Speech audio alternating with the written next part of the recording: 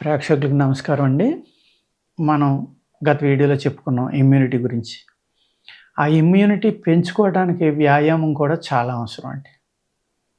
వ్యాయామంతోటి పాటు ప్రాణాయామం. ప్రాణాయామం అనేది ఎంత ఇంపార్టెంట్ అంటే అన్నిటికంటే ఇంపార్టెంట్ అదే. ప్రాణాయామం పెర్ఫెక్ట్‌గా చేస్తే కనుక మన బాడీలో ఆక్సిజన్ అన్ని ప్లేసులకి వెళితే, అన్ని ప్లేసుల్లో అయితే ఇమ్యూనిటీ తగ్గిందో ఆ ప్లేసులన్నీ కూడా ఆ అవయవాలు బలపడతాయండి. శరీరంలో ఉన్న అవయవాలు. ఆ అవయవాలు మళ్ళీ అద్భుతంగా బలపడతాయి. ఈ ప్రాణ అనేది ఏంటంటే ఓన్లీ ఆక్సిజన్. మనం ప్రాణంతోటి ఉన్నాము అంటే గాలి తీసుకుంటేనే ప్రాణంతోటి ఉంటాం. సపోజ్ హిమోగ్లోబిన్ ఉందండి. ఒక 15, 16 ఉండాలంటారు. కానీ 6 ఏళ్ళకొచ్చిన మనిషి చనిపోడు. సగం లోపు తగ్గిపోయినా. కానీ మన బ్రెయిన్‌కి కావాల్సిన ఆక్సిజన్ ఏదైతే ఉందో అది మరీ తగ్గిపోతే బ్రెయిన్ డెడ్ అయ్యి మనిషి చనిపోతాడు. అదేవిధంగా ఆక్సిజన్ సరిపోయినప్పుడు మన బ్లడ్ కూడా రక్తం ఏదైతే ఉందో అది నీరు కింద అయిపోతుంది. మన బ్లడ్‌లో ఉన్న సెల్స్ అన్నీ చనిపోతాయి.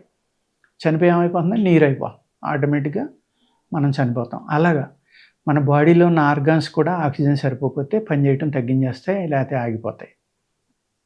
ఇప్పుడు ఈ ఇమ్యూనిటీ అని లేకపోవడం వల్ల అవనివ్వండి, లేకపోతే కొంతమందేమో కరోనా వచ్చి అందరినీ టచ్ చేసి వెళ్ళిపోయింది. వెళ్ళిపోవడం వల్ల ఈ కరోనా అనేది దేనికి వస్తుందండి? ఊపిరితిత్తులకు వస్తుంది. ఊపిరితిత్తులకు రావడం వల్ల ఏమవుతుంది? ఊపిరితిత్తులు బలహీనపడతాయి. ఊపిరితిత్తులు బలహీనపడితే ఏమవుతుంది? మన శరీరానికి అందే ఆక్సిజన్, ప్రాణవాయువు తగ్గిపోతుంది. ఎప్పుడైతే ప్రాణవాయువు పర్సంటేజ్ మన బాడీలో తగ్గిపోయిందో అప్పుడు రక్తం చిక్కబడుతుందండి. మన బాడీలో కొలెస్ట్రాల్ అనేది పెరిగిపోతుంది. మీకు మోడర్న్ భాషలో చెప్పాలంటే చిక్కదనం పెరిగిపోతుంది. కొలెస్ట్రాల్ అంటే ఏమవుతుంది? ఫ్లేక్స్ అంటారు దాన్ని.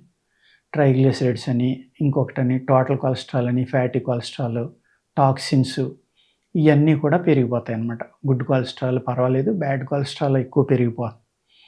పెరిగిపోవటం వల్ల ఏమవుతుంది? రక్తం చిక్కపడడం వల్ల ఈ హార్ట్ పంపింగ్ ఏదైతే చేస్తుందో పంపింగ్ చేయడానికి చాలా ఇబ్బంది పడుతుందన్నమాట గుండె.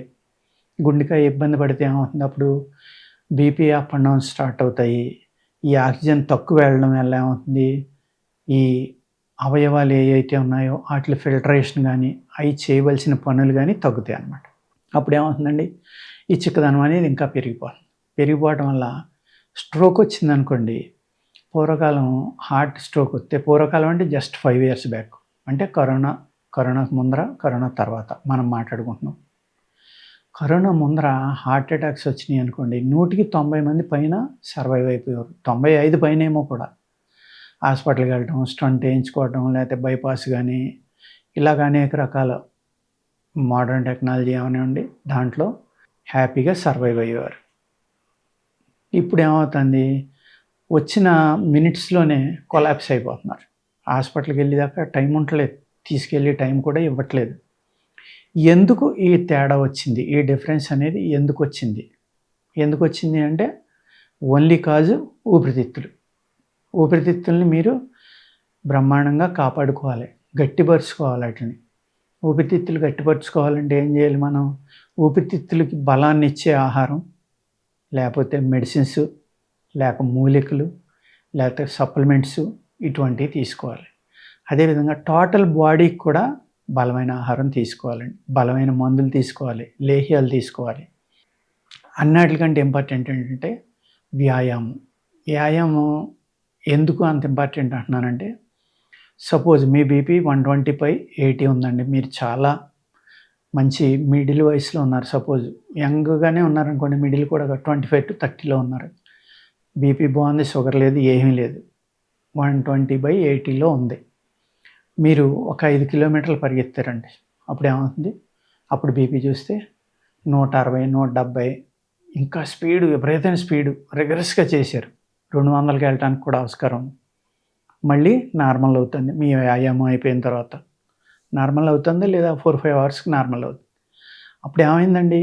120 దల్లా 180, 160, 200 బీపీ వచ్చినా కూడా తట్టుకునే శక్తి మీ నరాలకు కానీ, మీ గుండెకి కానీ, మీ ఆర్టరీస్కి కానీ వచ్చేసింది ఆల్రెడీ. అర్థమైంది కదండి వ్యాయామం ఎంత ఇంపార్టెంట్. అప్పుడు ఏమవుతుంది? సడన్గా బీపీ రైజ్ అయినా కానీ మిమ్మల్ని ఏమీ చేయలేదు. మీ బాడీ ఆల్రెడీ అలవాటు పడి ఉంది దానికి.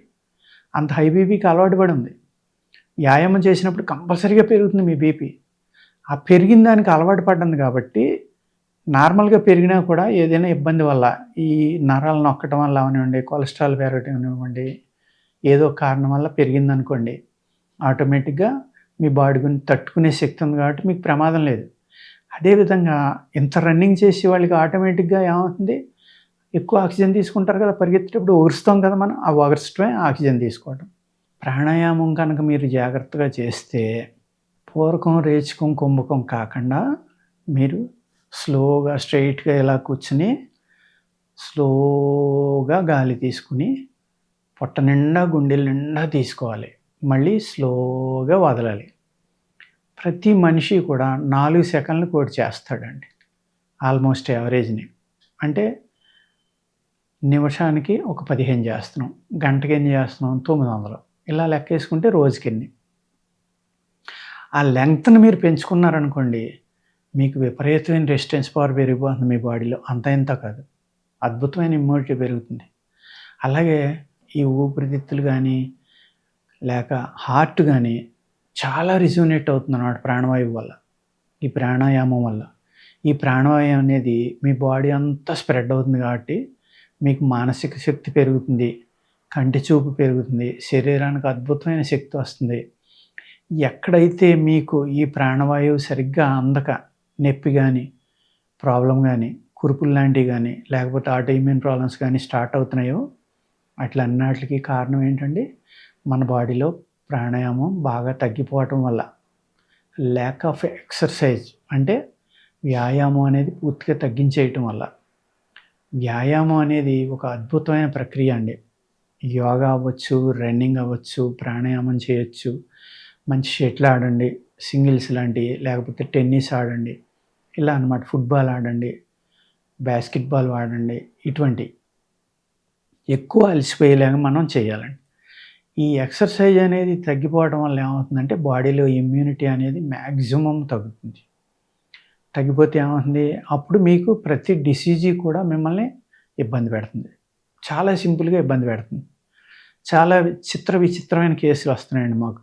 ఏది, కరోనా వచ్చి వెళ్ళిన తర్వాత ఏమైనా కొంతమందికి అన్నవాహిక ఏదైతే ఉందో అది సన్నబడిపోతుంది, క్లోజ్ అయిపోతుంది.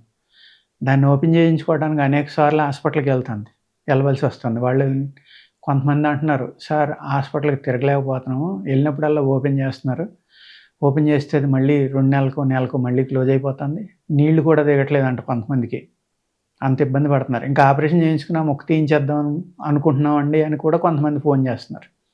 ఎందుకంటే విసిగిపోయి విచిత్రమైన ప్రాబ్లమ్స్ అనమాట. అదేవిధంగా కొంతమంది గోర్లు తినేస్తున్నాయి, గోళ్ళు పూర్తిగా పోతున్నాయి, పుచ్చిపోయినట్టు అయిపోయి మొత్తం గోరు లేకుండా చేసేస్తున్నాయి.